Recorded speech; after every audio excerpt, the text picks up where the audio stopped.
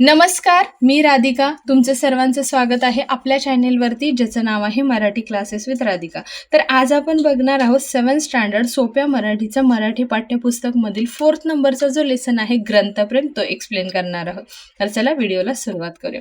Bharat Ratna doctor Babasaheb Ambedkar यांचा विचार मनात आला की एकलव्याची आठवण आवर्जून येते. म्हणजे ज्यावेळेस भारतरत्न डॉक्टर बाबासाहेब आंबेडकरांचा विचार मनात येतो तेव्हा कोणाची आठवण येते? तर एकलव्याची. का?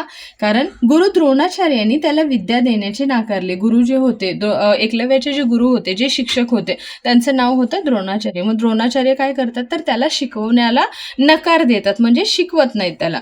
पण त्याचे विद्याप्रेम इतके उत्कट होते की त्याने द्रोणाचार्यांचा मातीचा पुतळा तयार केला.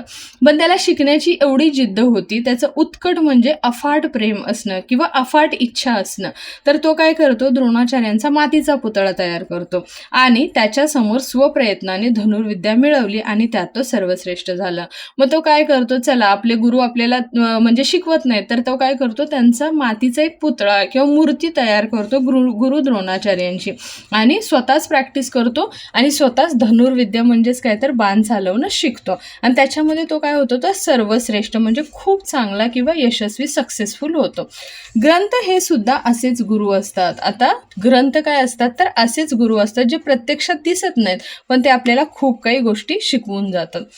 परदेशात शिकत असताना बाबासाहेब आंबेडकरांजवळ पुस्तके घ्यायला पैसे नसत. ज्या वेळेस बाबासाहेब आंबेडकर परदेशात म्हणजे दुसऱ्या देशात शिकत होते त्यावेळेस त्यांच्याकडे पैसे नव्हते. कशासाठी? तर बुक्स घेण्यासाठी.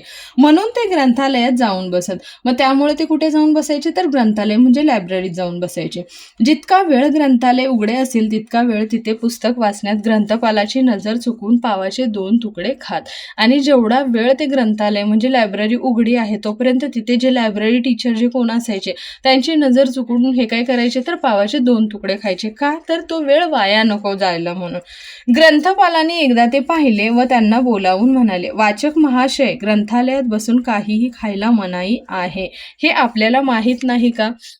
मग आता एक दिवस काय होतं? तर ते ग्रंथपाल म्हणजे तिथले जे टीचर्स आहेत, लायब्ररी टीचर जे आहेत, ते बघतात आणि ते बोलतात, वाचक महाशय, म्हणजे तुम्हाला माहिती नाहीये का की इथे काहीही खायला मनाई आहे? म्हणजे काय? तर इथे तुम्ही काहीच खाऊ शकत नाही, हे तुम्हाला माहित नाही का?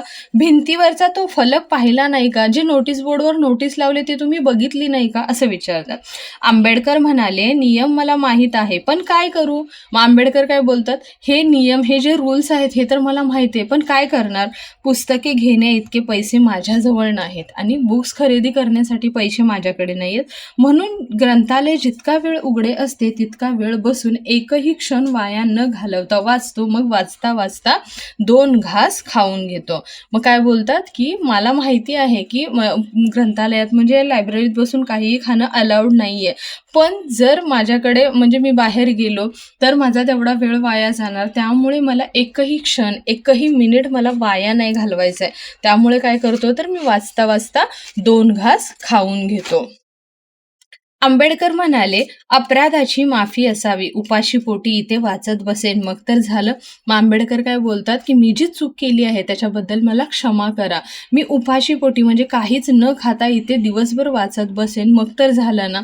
ग्रंथपाल म्हणाले, नियम माहीत असून अपराध करणाऱ्याला माफ करता येत नाही, समजलात?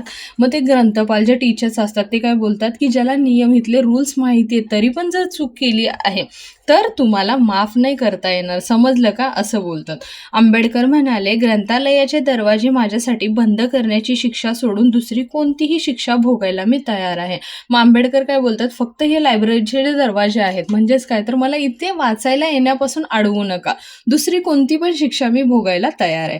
ग्रंथपाल म्हणाले, शब्द दिला आहेस, मागून फिरणार नाही ना. म्हणजे टीचर्स असतात, लायब्ररी टीचर, ते काय बोलतात? तू शब्द दिलाय म्हणजे तू सांगितलं आहेस, तुम्ही कुठलीही पनिशमेंट द्याल ती मी भोगायला तयार, तू मागून फिरणार तर नाहीस ना, म्हणजे बदलणार तर नाहीस ना. आंबेडकर म्हणाले, दिलेला शब्द मोडला तर वाचून उपयोगच काय? मग आंबेडकर काय बोलतात की जर समजा मी तुम्हाला जे वचन दिले, जो शब्द दिलाय तो जर मी मोडला तर माझ्या एवढ्या वाचनाचा फायदाच काय झाला? ग्रंथपाल म्हणाले, वाचक महाशय, ऐका तर काय आहे ती शिक्षा. मग ते काय बोलतात की मग ऐकून तर घ्या माझी शिक्षा काय आहे. उद्यापासून तुम्ही माझ्याबरोबर जेवायचे, मी 2 माणसांचे जेवण घरून आणत जाईन. मग ते काय बोलतात, जे टीचर्स असतात लायब्ररी टीचर, ते बोलतात की उद्यापासून तुम्ही माझ्यासोबत जेवायचं आहे आणि 2 लोकांचे जेवण मी घरातून आणणार आहे. आंबेडकरांचे डोळे भरून आले आणि ते म्हणाले, अशी प्रेमळ शिक्षा कोण नाकारणार. मग आंबेडकर म्हणजे त्यांना खूप भरून आलं, भावूक झाले ते, आणि ते बोलतात की अशी जी प्रेमळ शिक्षा असेल ती कोण नाकारणार आहे. ग्रंथ सुद्धा आपले एक प्रकारचे गुरुच असतात. मग आंबेडकर काय बोलतात, हे ग्रंथ जे आहेत ते सुद्धा एक प्रकारचे आपले गुरुच असतात. या निर्जीव वाटणाऱ्या गुरूंकडून एकलव्यांप्रमाणे विद्या संपादन करता येते. आणि पुस्तकं काय असतात तर निर्जीव असतात, म्हणजे नॉन लिव्हिंग थिंग्स असतात, पण तरी पण त्यांच्याकडून आपण विद्या म्हणजेच नॉलेज घेऊ शकतो. ग्रंथ हे कधीही अंतर न देणारे गुरु असतात. म्हणजे ग्रंथ काय आहेत, कधीही आपल्याला अंतर म्हणजे आपल्याला लांब न ठेवणारे असे कोण आहेत तर गुरु आहेत. आंबेडकरांची या ग्रंथावर अपार निष्ठा होती.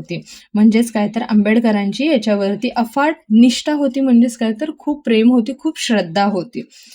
ग्रंथापुढे सर्व गोष्टी त्यांना फिक्या वाटत होता. म्हणजेच काय तर हे ग्रंथ, हे बुक्स आहेत, ह्याच्या समोर जर त्यांना दुसरी कुठली गोष्ट दिली तर त्याच्यासाठी त्या गोष्टीची त्यांना काहीच व्हॅल्यू वाटत नव्हती. म्हणजे सगळ्यात व्हॅल्युएबल गोष्टी कोणत्या होत्या तर बुक्स होते, ग्रंथ होते.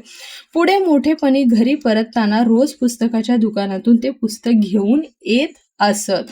मग जेव्हा ते पुढे मोठे झाले, म्हणजे जेव्हा ते स्वतः म्हणजे काय हे करत असतील त्यावेळेस काय करायचे, ते जेव्हा घरी जायचे तेव्हा रोज पुस्तकाच्या दुकानातून पुस्तक घरी घेऊन जात असत. अशा प्रकारे हा ग्रंथप्रेम हा लेसन तुम्हाला दिलेला आहे. आय होप तुम्हाला हा लेसन समजला असेल. जर तुम्हाला माझे व्हिडिओज आवडत असतील, समजत असतील तर चॅनेलला नक्की लाईक, शेअर आणि सबस्क्राईब करा. आणि तुम्ही माझे व्हिडिओ कोणत्या शहरातून किंवा कोणत्या गावातून बघत आहात हे मला नक्की कमेंट करून सांगा. भेटूया पुढच्या व्हिडिओमध्ये याच्या क्वेश्चन आन्सर्स सोबत. तोपर्यंत बाय बाय.